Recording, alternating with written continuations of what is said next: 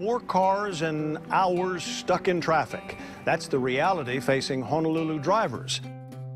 Our highways are clogged with traffic, costing us $80 billion a year in lost productivity and wasted fuel.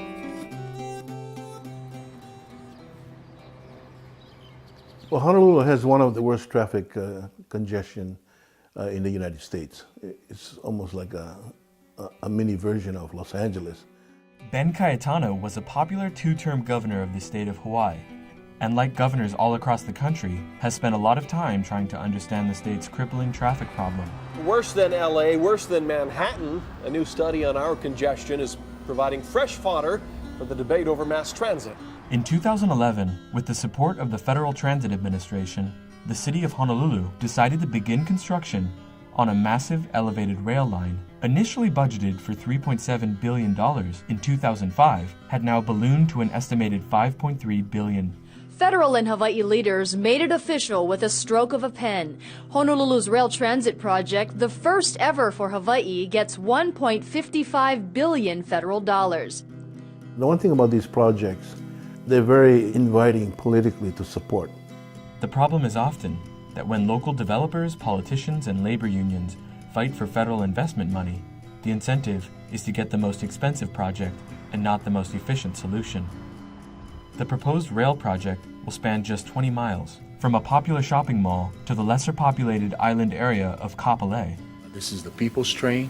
This is a train that needs to be built sooner rather than later, and the state needs the revenues. They sold the project on the idea that it would reduce traffic congestion. And of course, it was never about that. It was about development.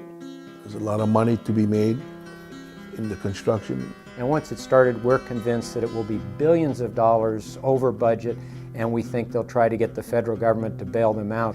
And in any event, it's going to cost local taxpayers a minimum of $4 billion.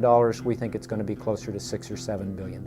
Randall Roth is a law professor at the University of Hawaii, and along with former Governor Ben Cayetano and transportation expert Cliff Slater at HonoluluTraffic.com. This wasn't a decision based on merit. This was strictly a political decision. Have filed a federal lawsuit alleging that the city did not conduct a thorough or honest appraisal of the transportation alternatives. The lawsuits, both state and federal, I believe, eventually will force the city to try to comply. If they really do make a good faith effort to comply, what they'll determine is that rail is the least attractive of the alternatives that are available. The critics, which include virtually every environmental group in Hawaii, claim the city misled the public about the rail line that will cost too much and do little to ease congestion. Now is the time we need to get this rail project. There's a political dimension to all of these projects, which is why, you find that they usually end up costing 40% more than what is projected. And usually the ridership projections are far less than what they tell the local officials it will be. You don't have the tax-paying population, you don't have the demand, you don't have the need.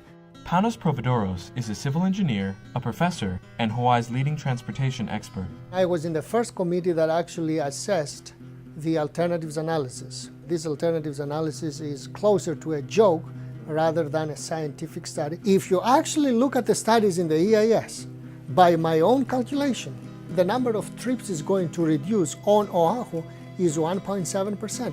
Even if you focus on specific congested parts of the corridor, it will never do more than 5%. The point of doing any cost effectiveness type of analysis is out of the window. The benefits are not there. For the long run, this project will probably end up like Tren Urbano in Puerto Rico, which had about an 80% cost overrun, and they projected 80,000 people average ridership, turned out 25,000.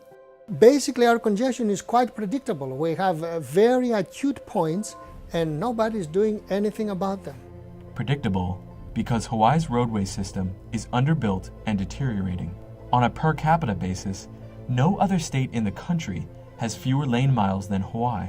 90% of Hawaii's state-owned major roads have fallen out of good condition as of 2008. There are a number of more attractive alternatives, which ironically, and I say that with a smile because this is why a lot of people in Hawaii don't like it, they'd be a lot less expensive. than rail. Solutions abound. I mean, we have among the most congested freeways because we're developing areas and we are not addressing critical bottlenecks. In several of them, an investment in the order of a few dozen $million, not billion, million, 12 million here, 50 million there, will actually provide substantial relief to the congestion we have. Panos says a far cheaper and even more energy-efficient way to improve mobility would be to have wider roadways, increased lane miles, and basic road maintenance. Even further, managed toll roads could bring much-needed private infrastructure investment to the state, along with a re-emphasis on improving the already popular and underfunded bus system. Bus has two significant advantages. Low price, comparatively speaking, particularly for a startup, and tremendous flexibility. Honolulu is meandering around the shore and in valleys and ridges, etc.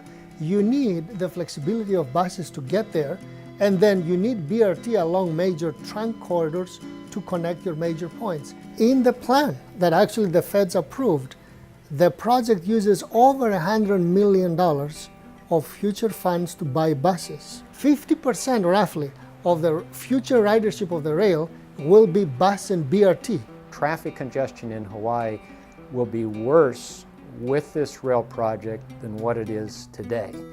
A little bit better than if we did absolutely nothing over the next 12 years. And yet they sold it to the people of Hawaii as a solution to today's traffic congestion problems. The city collects money for sewers and water, and although we are operating under an EPA consent decree to fix our sewers, they have essentially mortgaged that part of the money and said that if there are unpredictable cost overruns for the rail, they will take the sewer money and sink it in the rail. What will happen, and I predict this, they're going to end up raising taxes.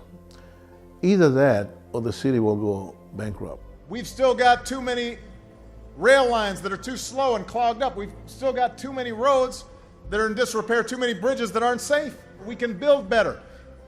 And in a time of tight budgets, we've got to do it in a way that makes sure taxpayer dollars are spent wisely. I'd like to see greater scrutiny and accountability by the federal government when they give money to projects. Nobody looks beyond the life of the project. And I think that the people are going to pay a big price for that.